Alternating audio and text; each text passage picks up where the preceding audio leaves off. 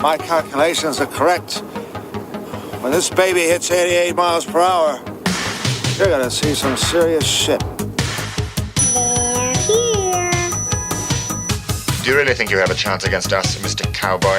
Yippee-ki-yay, motherfucker. It's showtime. Right, welcome everybody to another episode of the VHS Strikes Back. I'm one of your hosts, Chris, and my co-host and very good friend is Dave. Hey there, Chris, and hello to our listeners out there. Welcome to the VHS Strikes Back, the show where we dust off the old video player and go on a nostalgic journey to look at the good and the bad movies of yesteryear. Now, Chris, what are we going to review this week? Well, Dave, our good friend on Patreon, Helen, actually said, you've got a choice, Chris. You've got pleasure or pain. Now, I picked the pleasure, Dave. And we are going to be doing, and this is one of Helen's picks, a movie from 1993. One I've seen before, but I think I've only ever seen it once.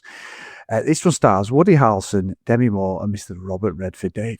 So we are going to be doing a very controversial at the time, the movie Indecent Proposal. So obviously, being an ex-Blockbuster employee, Dave, I think this is probably one of the most iconic 90s VHS covers for a lot of reasons, especially when you just, as soon as you saw it, but I must admit, I used to think Woody Harrelson wasn't Woody Harrelson on it. I used to think it was Robert Redford, and then realised Robert Redford's the little cut out at the left. But I don't know why I never noticed him until today, even though I've seen that VHS cover loads of times. So anyway, do you remember watching this one, Dave? Or have you watched this one? So, yes, I've watched it this week.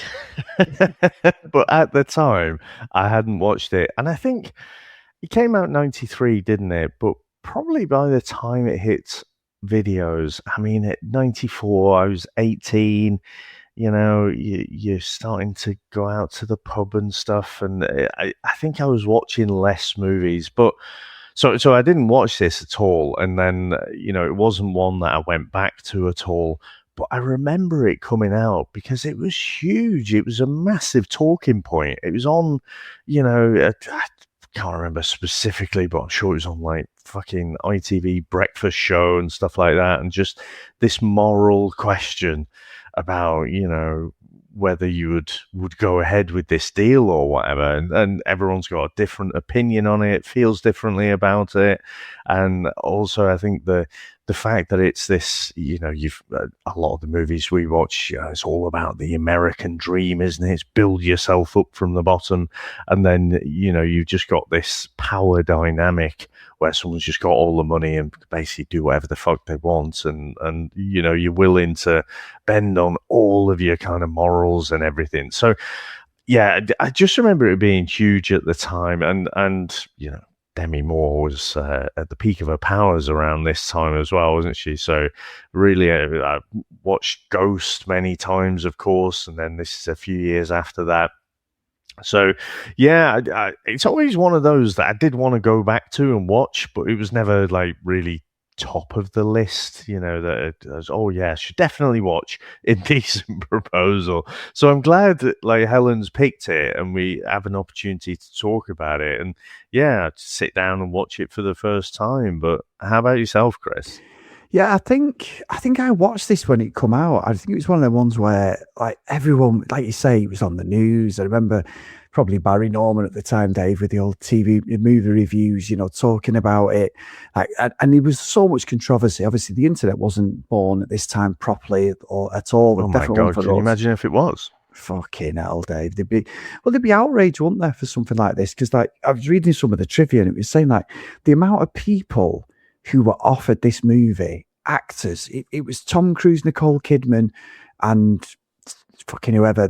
And then it went like, you literally, Burt Reynolds got offered Robert Redford's position. There was just like every single part was like Johnny Depp. It wasn't for fucking Woody Harrelson and Demi Moore at all, or Robert Redford. And I think that morally, you look at like this concept. I remember being as a kid thinking that's disgusting, you know, like not this, you know what, one of them, like, this fucking wrongness. It's just like, as a kid, morally thinking, no, this isn't right, you know. And then when you watch the film, probably not really understanding it properly, or probably just fast forwarding to all the fucking bits of flesh, Dave, let's be honest, because I remember there was a few of those. Yeah, I remember Demi Moore in Striptease. I remember there was a bit where she was on something like, I think it might be Jay Leno or something, and she came onto striptease, and she'd been training and everything. She'd done like G.I. Jane at one point. And it was a weird thing, but I remember her fucking thighs just being so toned with high heels on, and she did like a bit of a shit, and I was just like jaw on the floor, Dave, because I'd always remember in Ghost, this is like this sort of like studenty type, Bruce Willis's missus, but never really took much. I remember just thinking, oh my God, she's stunning, like really stunning. And I just, something about her at that point, obviously young Chris Stirrings, but she was never top on my list of like crushes or anything, but just remember being like, because Burt Reynolds was in that as well, Dave, thinking, yeah, there's something weird about why I'm enjoying this. But this was like such a moral discussion, because obviously you had Pretty Woman as well around this time, didn't you? Maybe a year or so earlier with Julia Roberts, and that was even like more things. She was a call girl, wasn't she? What a romantic thing that is. Yeah, that is. Yeah, I want to get onto that at some point. Definitely. Exactly. But again, it's the same sort of moral thing, isn't it? I mean, this is obviously someone trying to buy someone's wife. In Pretty Woman, she's a call girl who, Richard Gere falls in love with, that sort of thing. And after cruising round for a nosh. Well, yeah, Dave, as you do. Yeah. I mean, Hugh Grant, Eddie Murphy have all been called romantic. Yeah, in the past with that sort of thing. But you do, I think that's what it was. It was that moral question. And like you said about breakfast TV, it would have been like TV AM at the time. They would have been like, well, what do you think? Could you do that? And I'm sure the fucking absolute shithouses in the entertainment world, they'd be like, fucking damn right I would. What, you want a part in a movie? There's my wife, you know what I mean? Or there's my husband. You can just imagine they're absolute scumbags in fucking TV and the rest of the times and stuff, So I can imagine it's not even a question, but for normal people, it really would have been like, as they say, a water cooler moment. People would have been morally, you get people going, yeah, I'd do it. Yeah, 100 million, no problem. But I think I've 1 million, Chris. 1 million. 1 million, which apparently for inflation, Dave, is 2.2 million now. So I'd work that out. That's yeah. 93. Yeah, that's what I'd seen. Yeah, 2.2 million. But I will say, Dave, and I've been thinking about this. I think that's what. I've talked about the movie. I can't wait to watch the movie. But I think just before we get into it, I think morally, seeing somebody who I know who is a millionaire and they are just fucking miserable with it, it is the biggest news. It's like the person I know is like the Del Boy thing. You think, so £1 million, you'd pay me mortgage off, but you would always morally be thinking that money, where you'd never get out of your head the fact that you haven't got a mortgage, you've got this, you've got that. I just don't think you'd get over that if you're in a stable, loving relationship. I mean, one, you wouldn't probably do that anyway, but even if you did, there'd be resentment there, because you'd be thinking, well, even if it's from your partner who he or she had gone through with that, even they would be like, well, I can't believe you let me do that. Or why, they'd be blamed both ways. And I think, like I say, I know somebody who's a millionaire who's come from nothing and just council estate like me, just worked, the way up, just got lucky with deals. But absolutely, it is the biggest noose around their neck, the money. I'm not joking.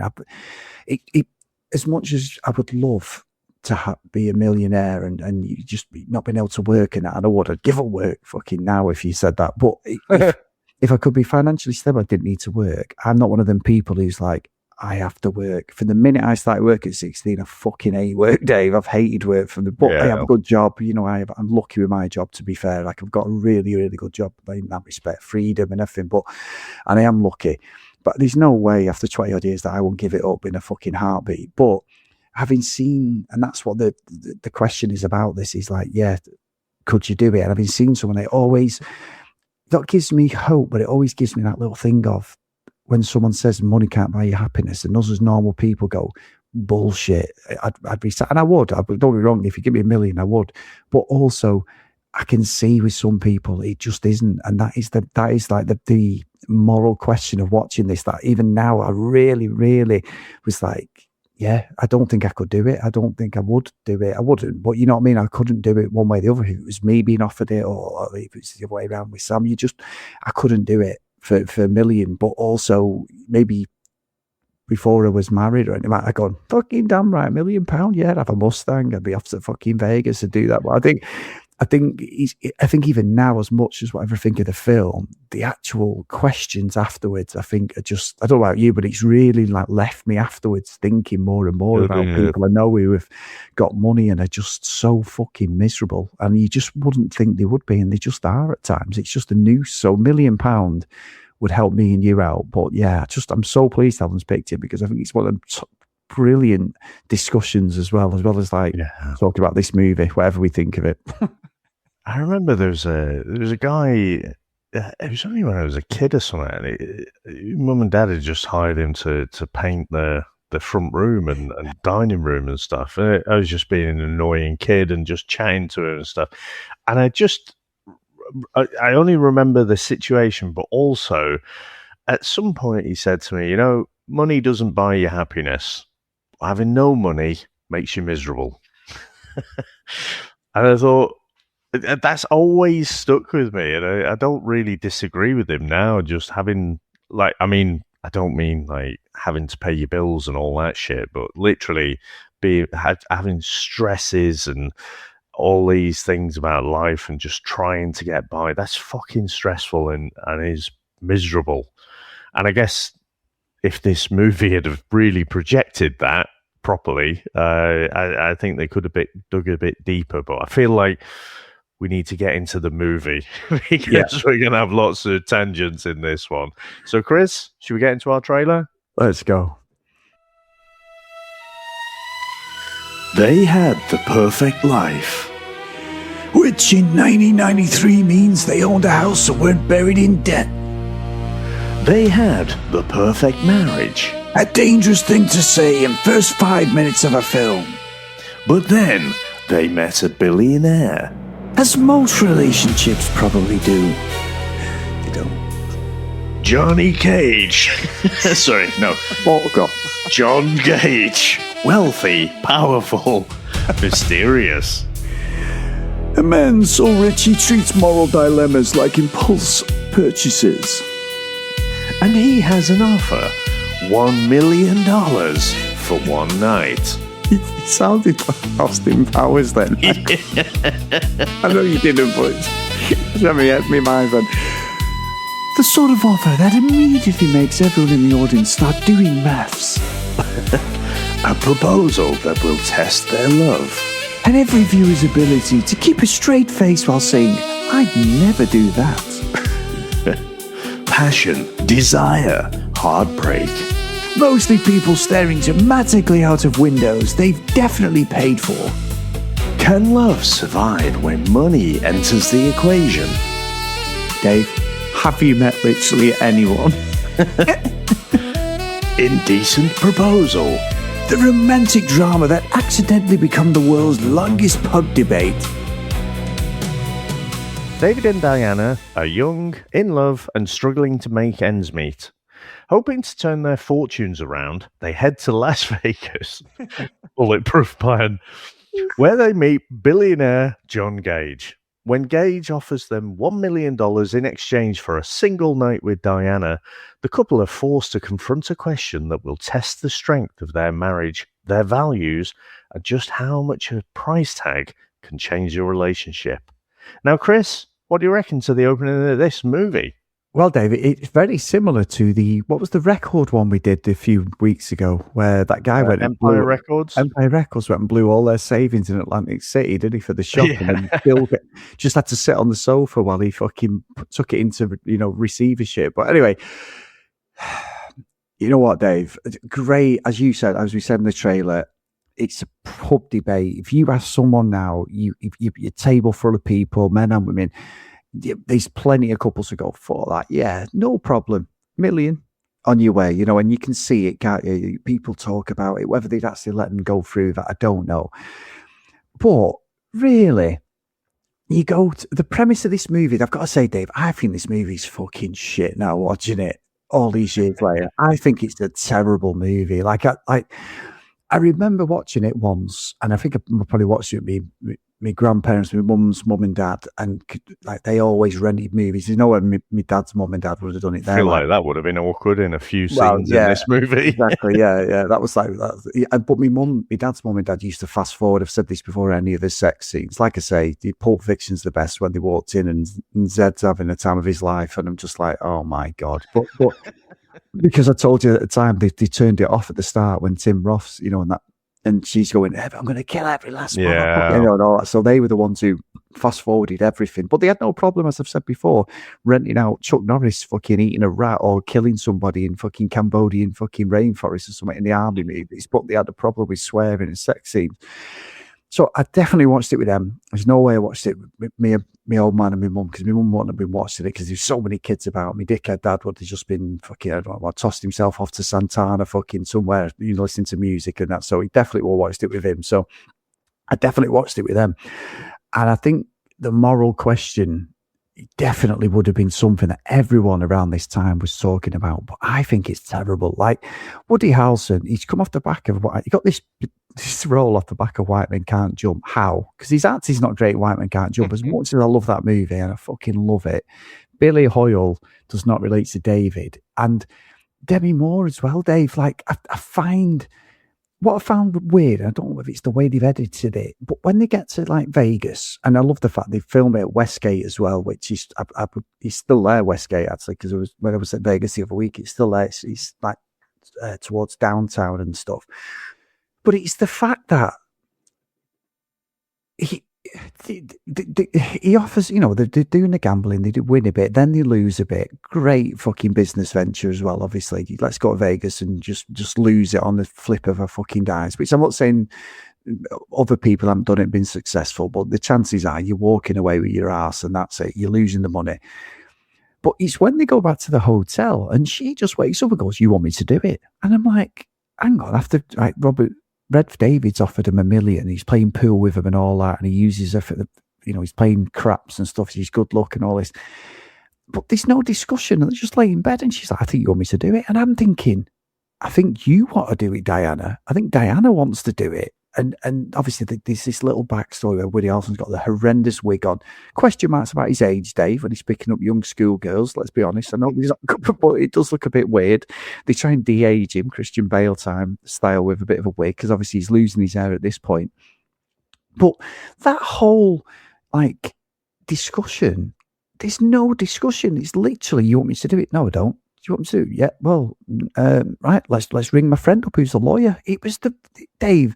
Honestly, this film is just all over the place for me, and I'm not defending just because it's like David, because I think Woody Harrelson's like a fucking IKEA wardrobe. His acting is terrible in this, but Diana's just like, "Yeah, let's just. I think we should just go for it." And I think Robert Redford sort of gets away with it, but I was reading up about the original premise of the movie and the books and things it's based on, and it's not even. He's supposed to be like everyone. They've said it in the reviews, like no guy who looks like Robert Redford's just who's a good-looking, suave guy is going to offer him, but he could have any woman without paying money, couldn't he? You know what I mean? I'm not saying that being disrespectful to women, but like the premise of him, they should have had like an ugly lead bloke, shouldn't they? And that's the dilemma. Not some fucking chisel-jawed guy who looks so much better than Woody Harrelson. It's not even close.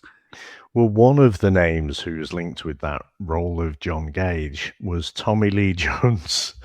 That'd be more feel plausible. like that would have been better. Yeah, I agree. That would have been more plausible, wouldn't it? Or even, something worse, some real fucking big sleazy bastard of a greasy billionaire.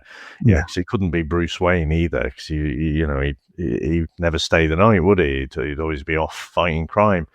But anyway, no, different billionaire, different universe. I agree with you. This movie is not good. I mean, the characters are so underdeveloped. It's almost like fan fiction. And then a lot of the shots are almost like, oh, fucking will be right in here with the Bon Jovi music video, Yeah. especially when she's got all the money. It's like, go on, ride around on that, and he'll make a great shot. We'll have John Bon Jovi over there in the corner. So yeah, it's really not good. But Chris, I want to come back to the movie in a minute because I want to rip the Band-Aid off. Right? Would you sleep with Robert Redford for $1 million? Now, forget listen, Dave. the moral dilemma, because I mean it's funny how like he does ask Woody Harrelson, as if she's property. Like he keeps asking for his permission. Like again, I don't know. I feel like that might be a power thing, but yeah, I think let's cut the wife thing out of it. Would you? For $1 million?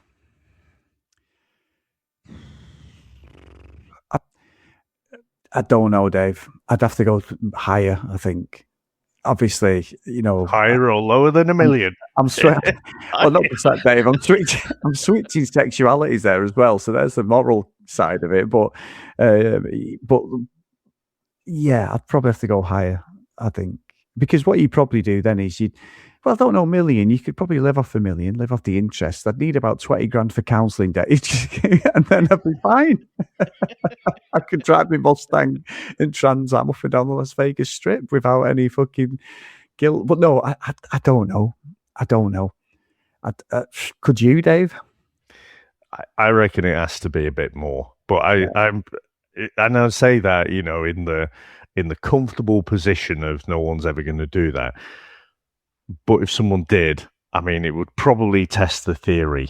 But I was thinking probably 10 million. Yeah, I think you might be right. Yeah. I think you might be right. I mean, if some people would do it for a packet of fags anyway, or something like that, a fucking 6-pack. But I don't know. I don't know. Plus as well, like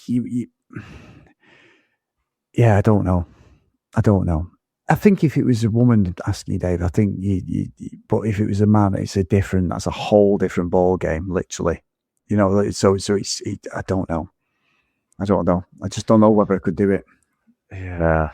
But it's a brilliant, but joking aside, it's a brilliant question, because that's the moral side of it, innit? Like, money is the root of all evil. As I've just said, someone who's a millionaire is absolutely fucking miserable, and it's a noose around the neck. But then you're like, but for us, you think, well, I could be comfortable for the rest of my life. You know what I mean? But yeah, I think it's a great question for just hypothetical question. It's brilliant. It's brilliantly put, because it's just, I find with the movie, it's the bullshit of like, he sees her and he's looking across the fucking casino floor and he's blown away by her. And I'm just like, well, why isn't there women around you? At the time, he's this suave guy, and then he sort of stalks her after that, doesn't he? I mean, it was obvious. The only bit that's a bit of intrepidation is when all of a sudden his lawyer mate says to him, when they've done the deal and they've got to go, and then he's chasing, try and get to the helicopter, innit? And they take her on the D. Yeah. Because what's interesting, there is some proper sex scenes in this, but it's between Woody Harrelson and Demi Moore, innit? Like the Robert Redford stuff, there's not really anything there, is there? So it's sort of like, and then afterwards, it's almost like he's a fucking cook, Dave. He might as well have been sat in a corner with a fucking chair watching him, because as soon as she comes in, he's all over her, isn't he? I found that weird as well. And that's what I mean about the writing being almost like fan fiction, because at the start, David, he's so, he's like a loved up puppy dog, isn't he? He's just so in love, and like you say, they've got the wig. I mean, I can't remember now, but I don't even feel like Woody Harrelson had hair in Cheers. He's just always had that receding hairline, so he just looks a bit odd, and his face hasn't changed really in all this time. He's still, he's almost grown into it. So buying them as these young students, like with no money or anything, but just being really happy together. But that's all set up at the start. But then he just goes into this real kind of obsessive, jealous maniac, like very quickly, and then into this suddenly he's this like almost philanthropic university lecturer out of nowhere. Yeah. So it's like, what the fuck? And then she's off like teaching, teaching all these kids like Sesame Street or something. Yeah, it's just all fucking weird, to be honest. And everyone is just so underdeveloped. And that's I'm picking holes in it there. With that being said, one of the things that surprised me in a positive way, I thought coming into it, the premise is clear, the moral dilemma of it, but the billionaire is the villain of the piece, absolutely. And I do think they have sort of softened it by casting Robert Redford. I mean, it doesn't half look like Brad Pitt, doesn't he? I didn't notice Right it. now, Like the yeah. chin, yeah, the jawline and everything. And I think because he plays it in such a sympathetic way, I mean, apparently he was basically looking for a few quid because Sundance Festival wasn't doing very well. But I was a lot more sympathetic to him than I thought I would be. I'm not saying, he's a good guy. I mean, ultimately what he's suggesting there is not quite right. But because it was him playing it and the way he played it, I felt like I had more sympathy than I did coming into the movie. Yeah, I think, but I'm the opposite. And just as a point of reference, Dave, the Westgate is where they filmed it, which is the international where Elvis played at for years and years as well. Just to throw that one in there, that's where it was all filmed. A month in Vegas, unbelievable. But I think that's probably where I'm struggling with this, is because I'm not rooting for David, because, like, yeah, it's Diana's idea. And then ultimately she ends up fucking going out with him then, doesn't she? Which is ridiculous. So it does sort of buy her in that respect. And she fucks off David. But you're right, this sort of thing after it happens where the relationship's falling apart and she's like teaching people who want green cards coming. And then when fucking David goes in, not David, when, what's he fucking called? John comes into the fucking green card fucking training session she's doing for people who come to live in America, and he sits at the back and everything, and I'm just like, it's weird, but I'm not rooting for Dave. I think that's what the problem is with the film. I think all three of them morally are just a bunch of bellends, and I think that's why I'm struggling with this, is because I don't, like I say, Woody Harrelson, I've never rated him as an actor. I really haven't. Like, say White Man Can't Jump, it's a fucking great film, but like in the stuff I watch him in, I don't know, it's just the same character. I know as he's got older, he's got his props in other movies, and he's probably got a lot better as he's got older, but he always played Woody out of Cheers for me. The sort of like... He's always Woody for me. Yeah, he is. I love Cheers as a kid. He's always that like sort of southern, it sounds silly, but he always plays like the dumb Southern American, doesn't he?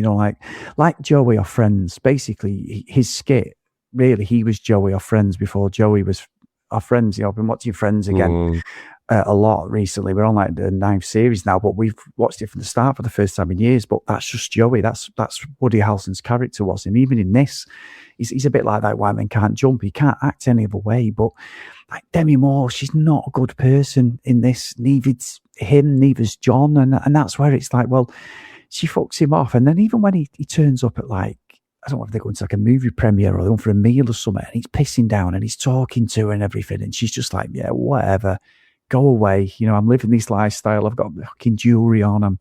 I'm basically John's side piece sort of thing.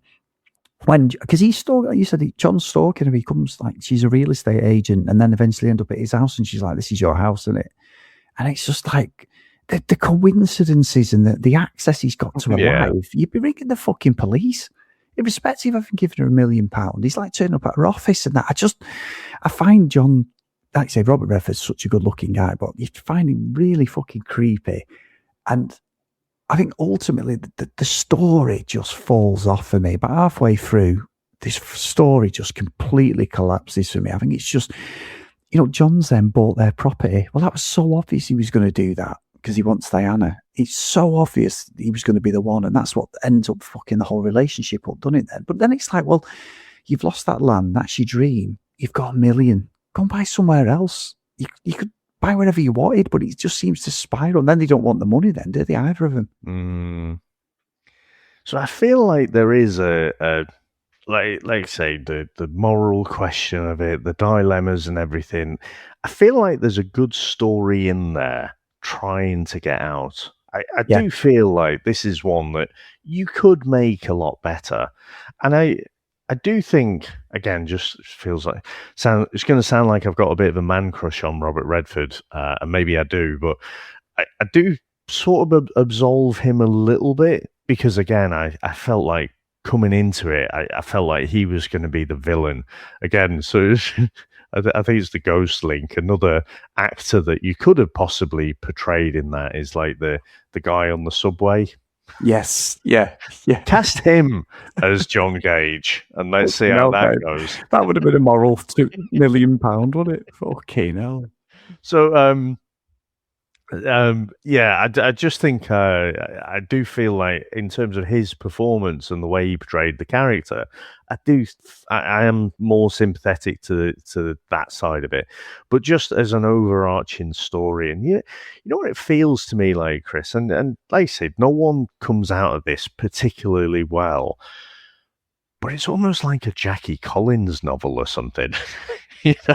And so actually, I kind of feel like if, you know, I said before, it's like they're discussing Diana as if she's a bit of property. And, you know, it's very wrong. But if you thought of Diana as like the main protagonist and say you were writing a book and it was from her perspective, then I think it would make a little bit more sense. Now, the original novel was written by a bloke, but Amy Holden Jones wrote the screenplay, and I don't know if it was a subtle thing that she's maybe done, you know, to write it more from the woman's perspective.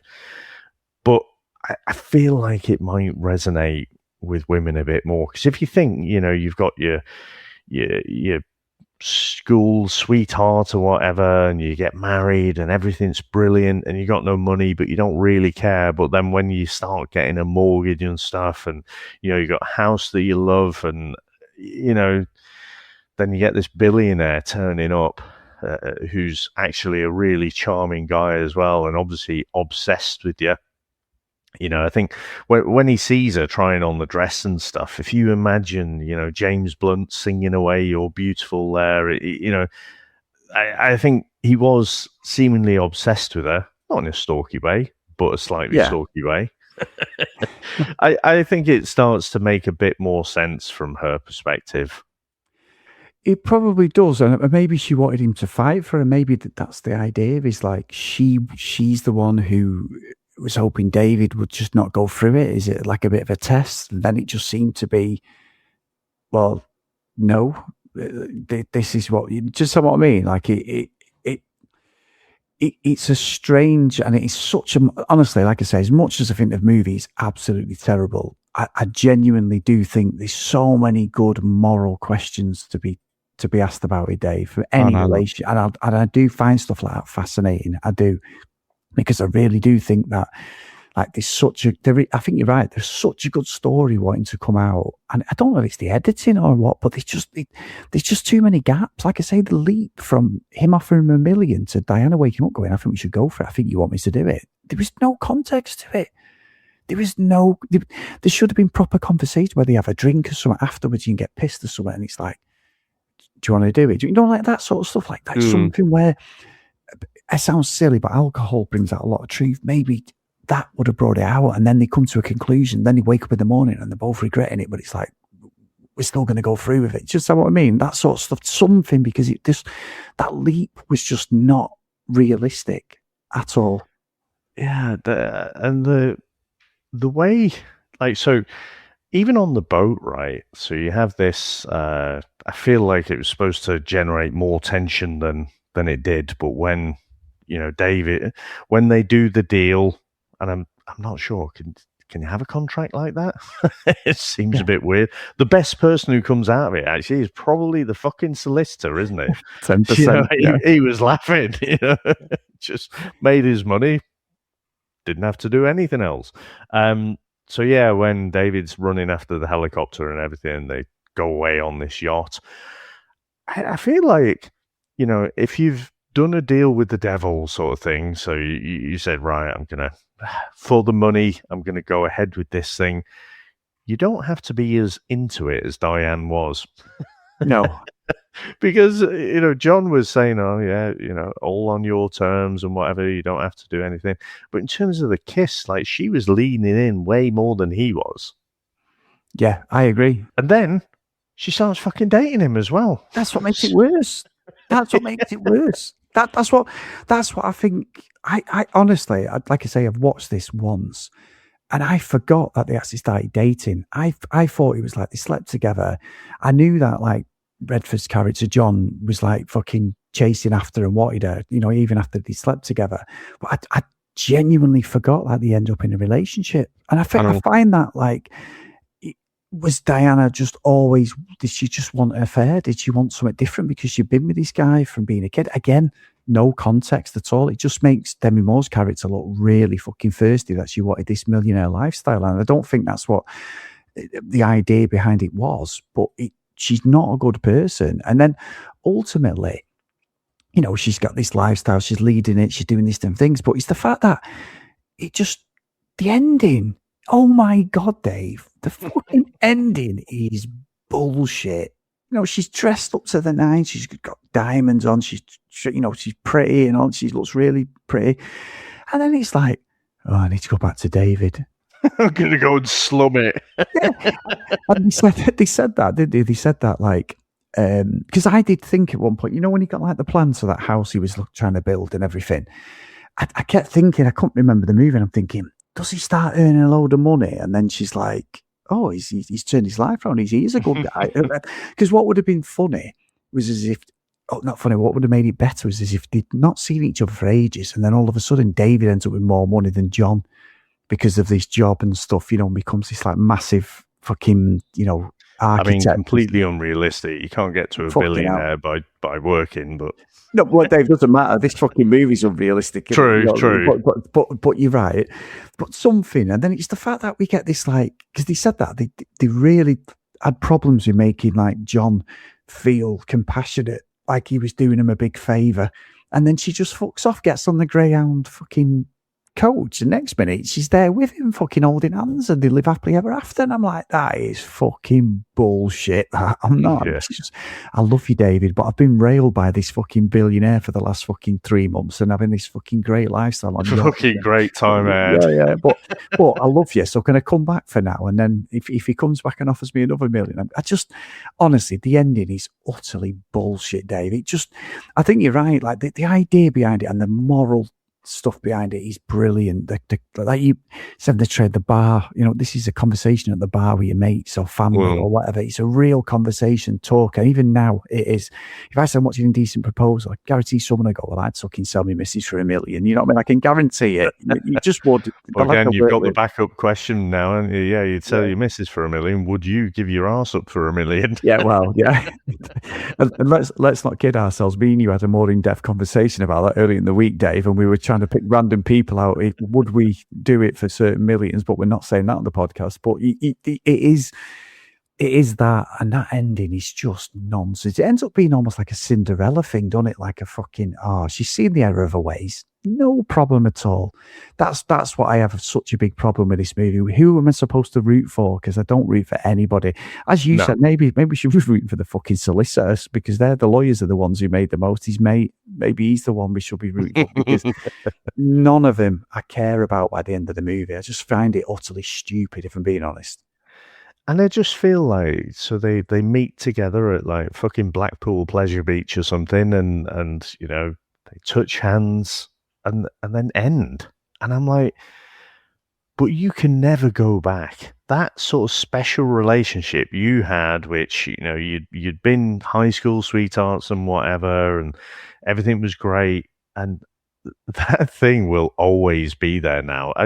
I couldn't get a sense of time, to be honest, whether it was 3 months, a year. I don't know if I missed it in the dialogue or whatever, but there seem to be these time jumps, like you say, to, Diana's teaching people how to get into the US, I guess, and he was teaching architecture, but it seemed to be a longer time. and then, you know, they go through the divorce and everything, but then they decide to get back together. I just think, you know, let's face it, that's always going to be there. That's always going to come back. So actually that relationship's terminally ill and will never recover. Yeah. I think so. And that's what I just found stupid. And by the way, I've just seen your name. I'm not saying what names were called in this when we recorded. I've said it before, because we record through StreamYard, we have like names and we try and outdo each other in relation to the movie, but we'll get cancelled for both of these names, Dave. But yours beats mine all day long. Mine's Demi, but it's a play on her second name. Let's say no more, but yours is a brilliant one. I mean, I will say, again, we don't normally mention it, do we? But we just try and come up with silly little names just to make each other laugh. And mine is Demi Does Dallas. Mine, and I shouldn't just blame Debbie more, but mine is something to do with her name. But I'm not saying any more than that, Dave. Let's say But anyway, Chris, anything else, or should we get into our final review? No, let's get into the review, mate.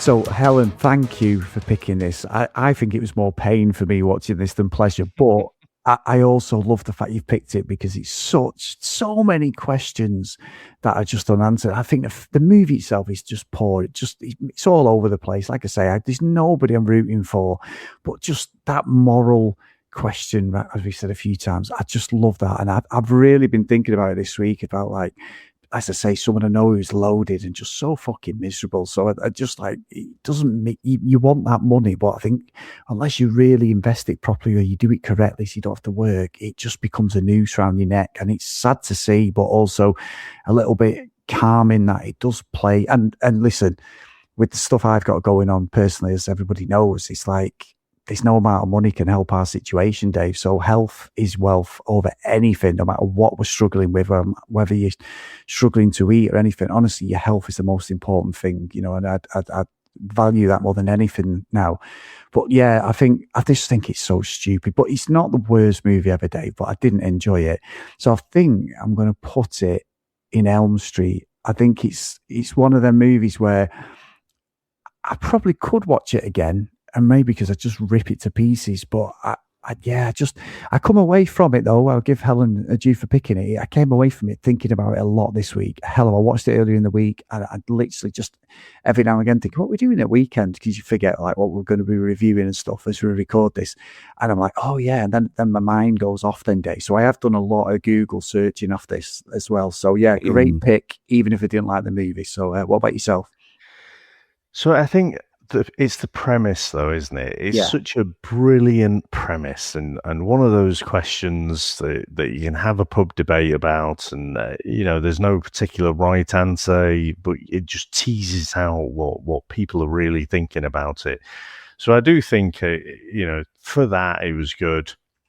I think in terms of the main three actors plus like this solicitor guy, I think the performances were I don't know, surface level. I'd say, again, it all feels like fan fiction to me, all just very, very shallow, not well sort of fleshed out at all. So the actual execution of the movie, I don't think was that great. You know, the editing was off, like you say, there's all these kind of jumps and leaps of logic, and I don't know if, you know, is that the writing or is that just chopped out in the editing as well, because it's not as if it was a short movie as well, was it?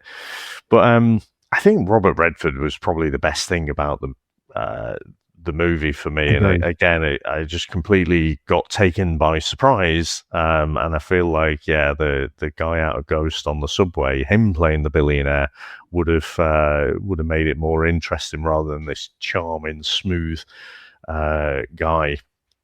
So I actually, having said all of that, I'll probably go the same as you, actually. I think it's Elm Street. I think because of the strong premise and because it was so big in the early 90s, wasn't it? Just over all the news, all the talk shows and everything. And yeah, if they remade this right now, with the amount of fucking Instagrams and TikToks and everything, it'd be just relentless, wouldn't it? Everyone having their say and everyone having an opinion about it. So, yeah, I think it was a solid one. Really glad we watched it. Really glad we had a good chat about it. But, yeah, not a great movie. No, but top chat, Dave. Honestly, I've had a good laugh today. So, Dave, what have we got for next week? So, Chris, I wanted to mix it up a little bit here, purely on a selfish note. So, I had... Normally, we'll do our Patreon reviews and then you'll have a pick and I'll have a pick. And it's always handy because if you stitch me up, then I can also return the favor. Now, this came in as an email from Colin years ago now. And it was about a movie, a sporting movie I'd never heard of from 2000. And I thought, how have I never heard of this? And especially with us coming up to the World Cup, I thought, right, it's time to unleash this.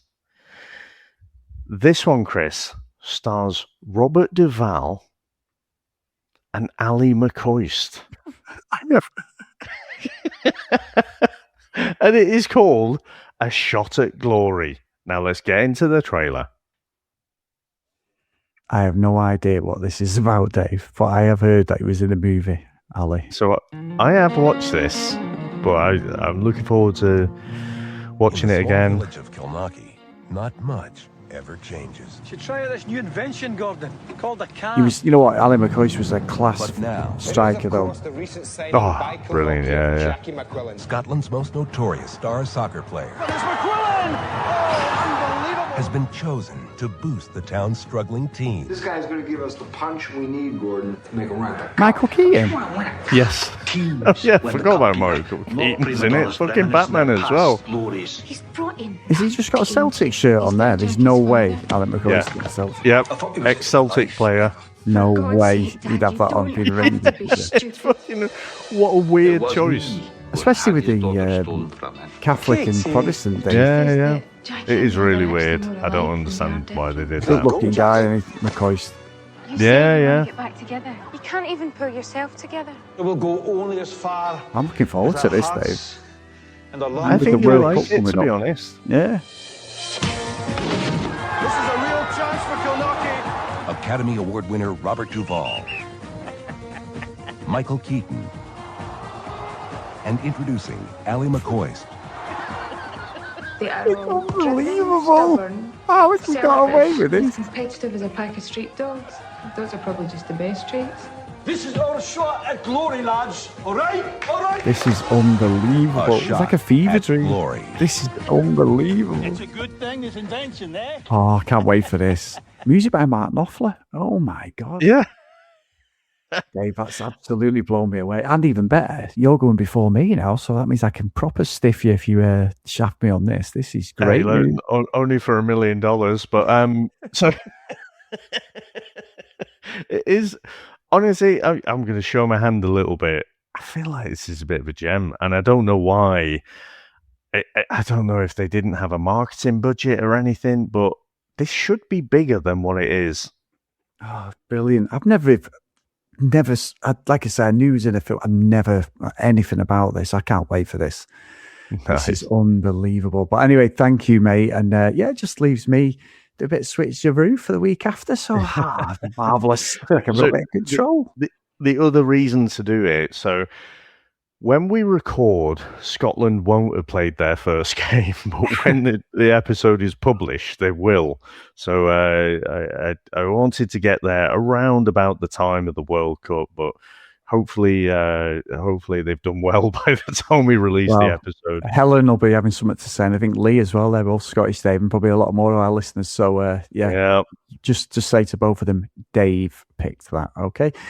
Anyway, no, massive thank you, mate. Absolutely brilliant. Can't wait for that. If you want to email us, the VHSStrikesBack@gmail.com. Follow us on social media at VHS Strikes Back. If you do support us, please go to patreon.com/the VHS Strikes Back. So the roll call of honor, and a big thank you to, and a big welcome to our newest Patreon who's coming at Top Gun, Chris. So welcome, mate. Looking forward to what you pick in there, or maybe I'm not looking forward to what you pick in the next few weeks, but have a welcome, mate, and thanks for supporting us. Big thank you to Chris, Graham, Matt, Rees, Nick, Greg, Gareth, Mike, Lee, Helen, Dylan, Dan, Justin, Susan, Tim, Matt, Hales, Ken, Lucky Lulu Green, Dan, Jax, Math, Blake, John Hammond, and Mr. Tony Farida. So thank you so much, guys. That was the tongue twister today. I do apologise. I usually, if it rolls off the tongue, it's never pre-recorded. I do it every episode. So thank you so much for your support, guys. I'm looking forward to what song you pick next week, Dave. But before that, Dave, what magic have you got for us this week? Well, today, Chris, like I say, they finished off on Blackpool Pleasure Beach, and I don't know, I keep going back to the well, right? I spoke a few episodes ago, or probably a few months ago now, about, just getting in that headspace, being a kid, being in Benidorm, and, getting to hear what is the latest song. So I wanted something really cheesy. And of course, because the subject matter is so heavy and, it is a drama, it's also serious, it makes me want to go in the opposite direction. And also, just being a massive kid, I wanted a little bit of wordplay to go in there as well. And I do feel like no one else might laugh at this, but I pissed myself when I was putting this together. So anyway, Chris, this is called $1 Million. Ooh la la.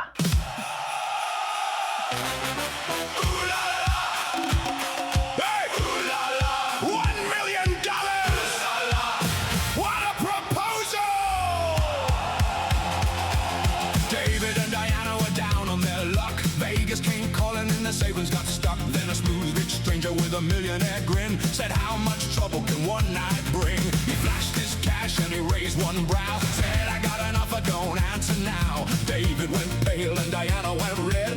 Everybody wondered what the contract said. He said, I got a proposition, I think it could be fun. I hear you need $1 million, and I'd like to give you $1 million. Fucking mode. $1 million for a night of ha-ha-ha. Would you take the money? Would you take the ride? Would you let that rich old charmer have a little look inside? Ooh la la, sign it on the dotted line. Just the once and she'll be fine. Don't look so shocked. Ooh la la, that's a very big check you've got. He had the yacht and the tailor-made suit. David had a face like a kicked-in boot. Diana said, darling, it's only one night. He said, that's easy for you, you're taking flight. They talked it through, then talked some more. Then the stranger put the champagne on ice with a smile so smooth and a wallet so thick. Even the wedding vows started feeling seasick. He said, I got a little offer, and I think it could be fun. I know you need $1 million, and I'd love to give you $1 million. Ooh la la la la. $1 million for a night of ha-ha-ha. Would you take the cash? Would you take the chance? Would you let a handsome stranger do the rich man's dance? Ooh la la. Sign it on the dotted line. Ooh la la. Just the once and she'll be fine. Ooh la la. What could go wrong? Ooh la la. Apart from the rest of the song. Oh yeah. Everybody do the proposal. Wave your check in the air. Everybody do the millionaire. Run your hands through your hair. Everybody do the husband. Panic on the spot. Everybody do the wife. Try to look like you're not. Oh! Ooh la la. Now clap to the left. Ooh la la. Now step to the right. Ooh la la. Now wiggle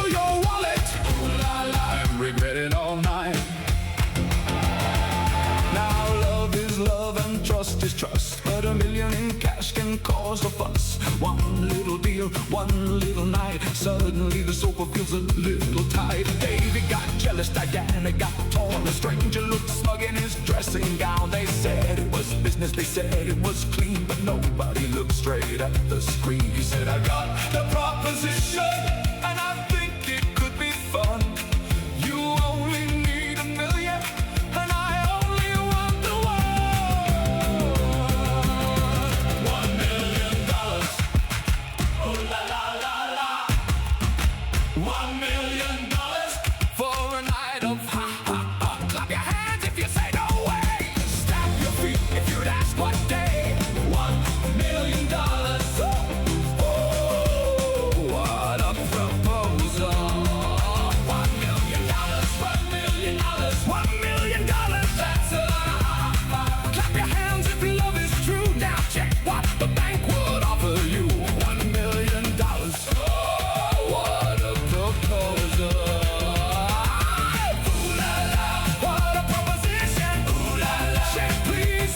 Oh, ooh la la, someone hide the house keys. Ooh la la, wait everybody tongue out. Ooh la la, one little night. Ooh la la, one massive fight. Ooh la la, $1 million and everybody conga. Very good. Very good. So there you go, Chris. That'll go nicely on the, I guess, Benidorm party anthems, 1985 or something. It'll go right there with, what was it, Creaking on the Stair. Legend, all that Dave. sort of, yeah, all that sort of party nonsense. But anyway, Chris, great chat today. Thanks very much for that. Great as always. And thanks, Helen, for the pick, and looking forward to next week very much. Thank you, sir. Thanks to all our listeners out there. Thanks to all our supporters. And we'll speak to you next time. Bye. That's it, man. Game over, man. It's game over. What the fuck are we gonna do now? What are we gonna do? Maybe we could build a fire, sing a couple of songs, huh? Why don't we try that? We better get back, because it'll be dark soon, and they mostly come at night. Mostly. I'll be back. That's not. We came, we saw, we kicked its ass. Wax on, wax off. Get to the chopper! One ring to go. All right. Ding, ding. Bust you up. Go for it. Well, here we go. Ain't so bad. Ain't so bad. Ain't so bad. Come on. Come on, ain't so bad. Ain't nothing. Come on. You must be crazy or something. I'm crazy. You just a stupid fool. maybe you crazy something. I ain't breathing heavy. He's a fool. He's stupid. I seen you in 6 months.